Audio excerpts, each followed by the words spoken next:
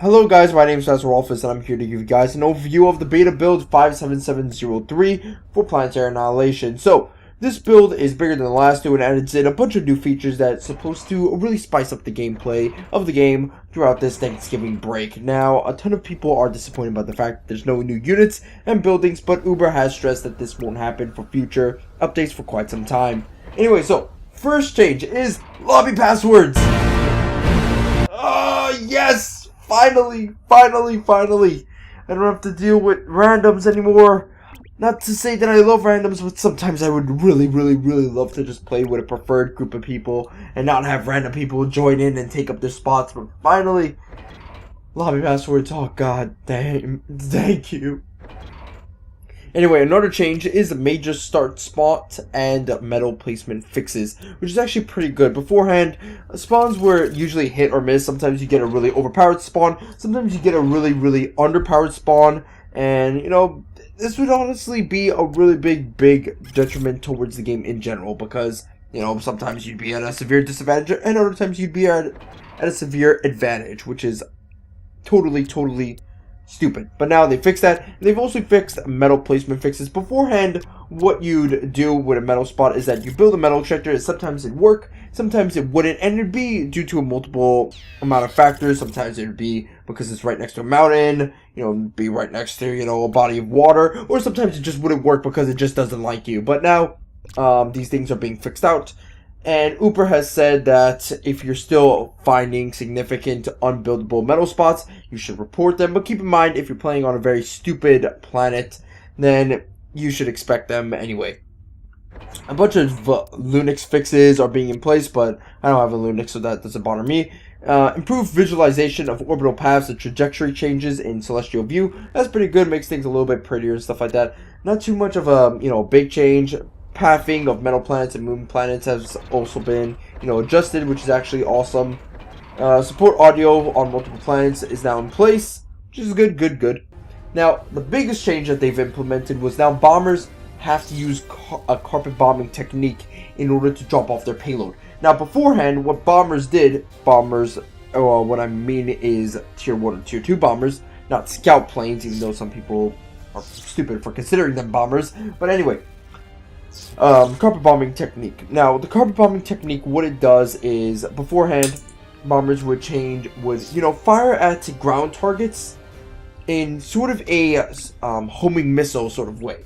You would go over a land target, and the bullets that would fire out of your bomber would just hit the target that you want, no problemo, with 100% accuracy, and it was crazy. The amount of damage it dealt was amazing, and the 100% accuracy was just stupid. Now they've changed it so that, one, they've removed the homing tracking device thingy for all of the bullets that are coming out of the bomber, and they've made it so that the bombs can only be dropped off in a downward arc, which is amazing. So now they're not tracking, they're not homing in, they can only be dropped off one way, and it's awesome. It allows for land units to avoid bomber raids. It allows, you know, land units to survive bomber raids. It also forces people who are using bombers to plan out their attacks accordingly, and to also make sort of formations in order to maximize the amount of damage they're putting onto an armed force, as well as thinking about the angles that they're going to attack pretty much a massive land force. Because now what you can do is you can sort of take a group of bombers, and let's say your opponents are coming in from the north. You can come in from the north with your bombers as well and just carpet bomb the fuck out of wholesale armies of the land units, which is amazing. Now, a couple of problems are, you know, apparent with this new sort of change. Sometimes when you're attacking a moving force, the bombers won't actually attack that moving force, and that's due to the fact that there's sort of a little bit of a bug where you have to get the bombers as close as you can to the land units as you possibly can, which makes it very difficult. If they're just an inch off to the side, then the bombs won't drop off from the bomber, and you have to basically watch your bomber loop around like some sort of diseased chicken in order to try and hit, you know, its land targets, which is annoying. With structures, no problem whatsoever. You can hit the structures easy peasy lemon squeezy, and stationary units. But with moving units, it is a little bit of a problem, so you're going to have to get a little closer than usual. And whether that's going to be fixed or not is up for debate. Some people are saying this is exploitable, and I hope that Uber does fix this in the future. Now, another thing that should also be apparent is that there's also a bug with spinners in which their audio sounds like, I don't know, a muffled demon inside of your stomach. That could freak out some people, and I'm sure that Uber is trying to address that. But as for other changes, really nothing has been changed for the game in general. A bunch of units have been added, this sort of target layer called water surface or seafloor, or land horizontal. So now units are going to target a little bit better and stuff like that. You know, the bombers have really been the only units that have suffered a bunch of changes, a bunch of nerfs rather. Bomb velocities for both the tier 1 and tier 2 bomber have been nerfed, so now the bombs will take longer to get down to the ground. Ammo capacity for both bombers has been decreased, which is amazing. The fire rate as well for the tier 2 bomber has been dropped off as well, which is good. These are good changes. However, the problem with the bombers in sort of pre-57703 patch was that they did too much damage.